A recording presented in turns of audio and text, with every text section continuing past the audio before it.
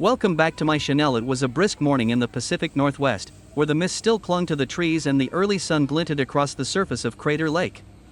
Deep in the heart of Oregon, stories of nature's grandeur and frontier courage echo through pine forests and across volcanic ridges.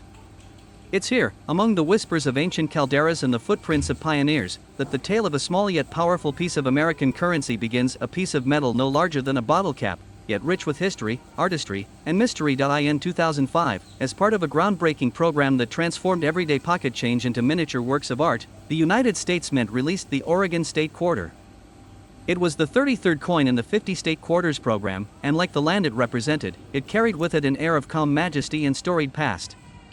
Featuring Crater Lake, a natural wonder formed thousands of years ago after the violent collapse of Mount Mazama, the design captured the stillness of the water, the rugged beauty of the surrounding cliffs, and the quiet strength of the American West. But beyond its elegant design, this quarter holds secrets. While millions of quarters pass through hands, vending machines, and cash registers, a select few were destined for something far greater. Among them, one particular 2005 Oregon quarter stood apart. Not because of a glaring error or visible anomaly, but because of something almost intangible: a rare alignment of perfect condition, precise minting, and a historical moment frozen in nickel and copper. To understand the journey of this coin, we have to step back, far back, to a time before the coin even existed, to the days of covered wagons and wagon ruts carved deep into the soil. In 1859, Oregon became the 33rd state of the Union, joining the tapestry of American expansion that was steadily pushing westward. It was a land of promise, peril, and untamed beauty. Gold prospectors trudged through its rivers, fur trappers navigated its forests, and families with dreams of new beginnings braved treacherous trails just to set foot on this soil. It's no coincidence that Oregon's statehood date was chosen to be inscribed on its quarter. That year, 1859, wasn't just a numerical marker. It symbolized resilience, independence, and hope. A kind of hope that still pulses beneath the surface of every genuine collector's find. When the coin was minted in 2005, it wasn't simply commemorating a date, it was honoring a legacy. The mint spared no detail in crafting the image. The designer, Charles Vickers, studied every curve of the lake and surrounding Wizard Island to bring out the drama and serenity of the scene. The use of negative space in the engraving gave the lake an eerie depth, almost as if you could fall into it just by looking. Above it, the words Crater Lake appear modestly, and to the left, a fine depiction of coniferous trees frames the imagery, placing the lake in context, not just geographically, but emotionally. It wasn't just a coin. It was a memory in metal, and millions of these quarters were minted in Philadelphia and Denver, as marked by their respective P&D mint marks. Most of them, of course, went on to live ordinary lives. Tossed into piggy banks. Forgotten in couch cushions. Rolled into sleeves and deposited at banks without a second glance. But among them, fate had a different plan for one rare coin. This particular 2005 Oregon quarter would spend its early days tucked away, not circulated, not tarnished. It remained untouched, a specimen in pristine condition, what experts would later call mint state. As time passed, and as the novelty of the state quarters program gave way to other pursuits, this coin stayed hidden. Unbothered by the wear and tear of time, it waited. Waited for the world to realize what it was. What it could be. Collectors eventually began to whisper about it. At first, it was just a rumor, a perfect Oregon quarter, they said. Sharp edges. Gleaming surface. A minting so precise that even under magnification, the lines remained razor crisp. Others scoffed, believing it was just another exaggerated tale. But slowly, with documentation, photos, and mounting excitement, the legend solidified into reality. The coin wasn't just rare, it was nearly flawless. Its condition, technically categorized as MS69, made it one of the highest graded examples ever recorded. For perspective, most coins straight from the mint might score MS60 to MS65 if handled carefully. But to reach the upper echelons of MS68 or MS69 is like finding a perfect snowflake under a microscope, almost impossible, yet undeniably beautiful. And now, if that were the whole story, it might have been enough to make this coin a treasure. But there's more. Because rarity and perfection weren't its only traits. There was also timing. This coin surfaced at a moment when collectors were beginning to re-evaluate the state quarters program. What had once seemed like a casual way to teach kids geography had matured into a full-fledged niche within the numismatic world. And with that maturity came demand. High demand, collectors, museums, and private investors began circling, eager to secure the finest examples of every state's release. And among them, Oregon's quarter, thanks to its iconic imagery and low population of high-grade examples, soared in appeal. The coin that had once lived in the shadows was suddenly thrust into the spotlight to it pass through the hands of a handful of seasoned collectors, each recognizing its value and ensuring its preservation. There were no signs of wear, no post-mint damage. The original luster shimmered across the coin's surface like sunlight on Crater Lake itself. Every detail, from the subtle tree lines to the smoothness of the lake, remained perfect. Years went by, and while most coins lost their novelty, this one only grew more legendary. Some even referred to it as the blue gem, not for its color, but for its association with the deepest lake in the United States and the aura of cool, untouchable value it seemed to radiate. But the true magic of this coin wasn't just in its condition or in its scarcity. It was in the way it captured something timeless. A moment. A landscape. A chapter of American history distilled into a piece of change that never changed, and now, after years of quiet reverence and careful preservation, the world finally knows what this tiny piece of Oregon history is truly worth. It is not just a quarter. It is a legacy minted in metal, a tribute to statehood, to nature, and to the artistry of American coinage. And today, that single, near-perfect 2005 Oregon State quarter holds a stunning value, $108,000. There's a place where the land glows with ancient fire, where the sun paints the desert floor in hues of gold and crimson, and where stories are etched into the stone by hands long gone. It is a place of spirit, of silence, of beauty and resilience. This is New Mexico, a land steeped in history, mystery, and culture. And in 2008, a small, shining symbol of this place was minted into the palm-sized language of America, the quarter dollar. At first glance, it seems like any other coin in your pocket. Lightweight. Silvery. Insignificant. But this isn't just any coin. This is the 2008 United States quarter commemorating New Mexico's entry into the Union in 1912. And behind its simple metallic surface lies a tale centuries in the making, one that travels through ancient pueblos, Spanish colonization, the struggles of statehood, and the delicate artistry of modern minting. New Mexico was the 47th state to join the Union, but its story didn't begin there. The region's roots reach back thousands of years to when the ancestral Puebloans built great structures from stone and earth, some of which still stand in silent awe under the desert sun.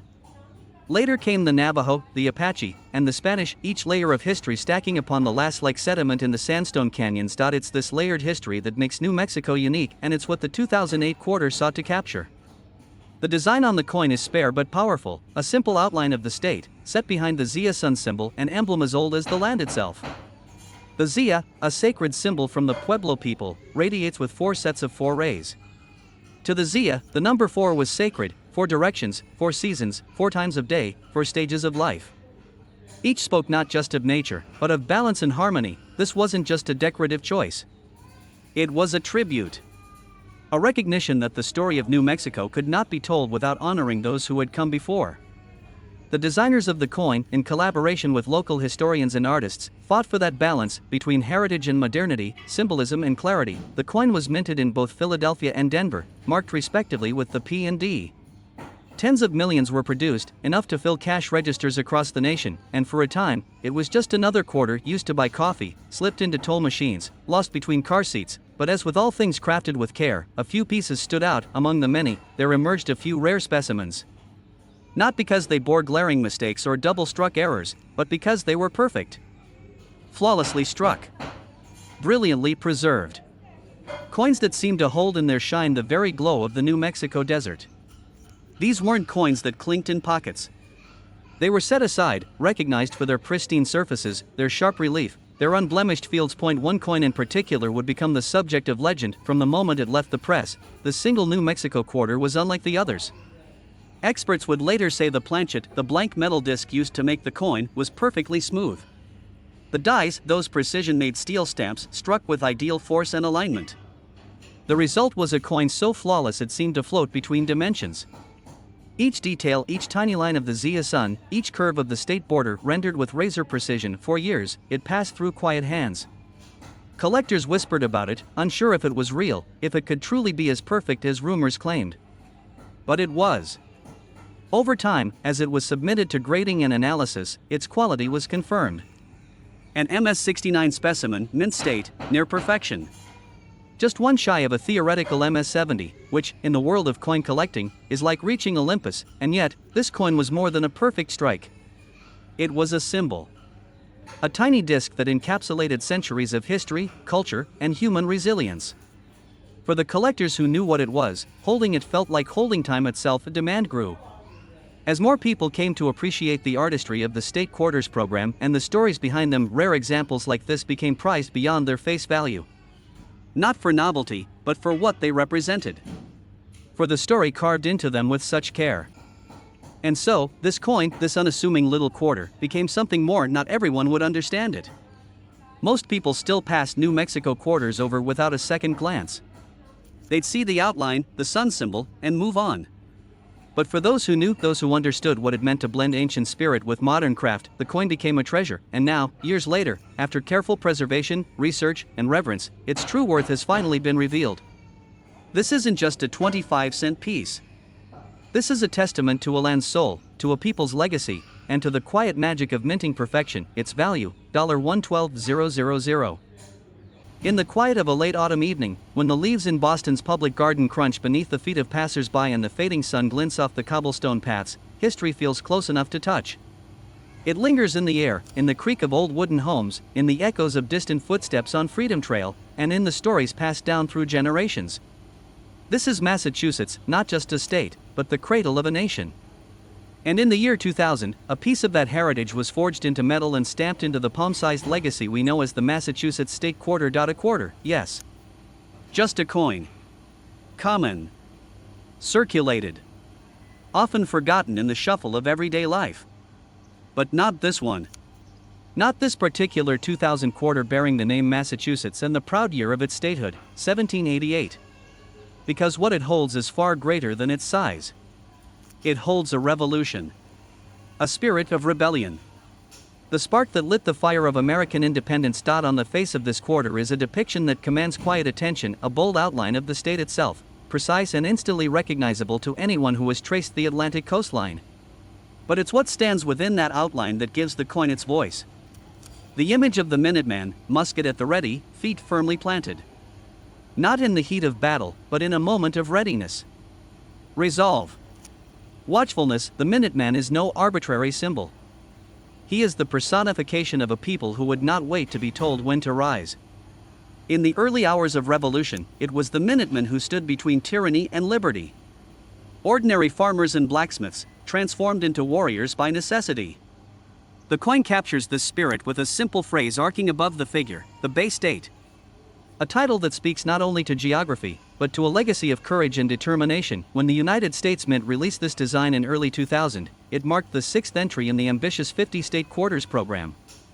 But it didn't just represent a state. It represented a beginning. Massachusetts was the first colony to draft its own constitution.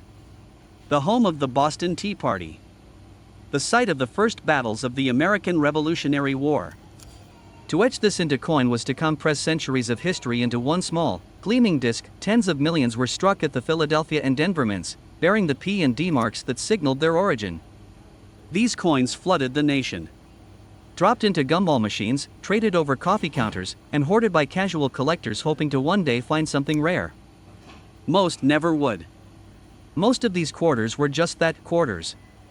Carried the weight of history, yes, but little else. But as with all things born in great numbers, a precious few escaped the fate of the ordinary. .1 coin, in particular, would come to be known in hushed voices and careful hands.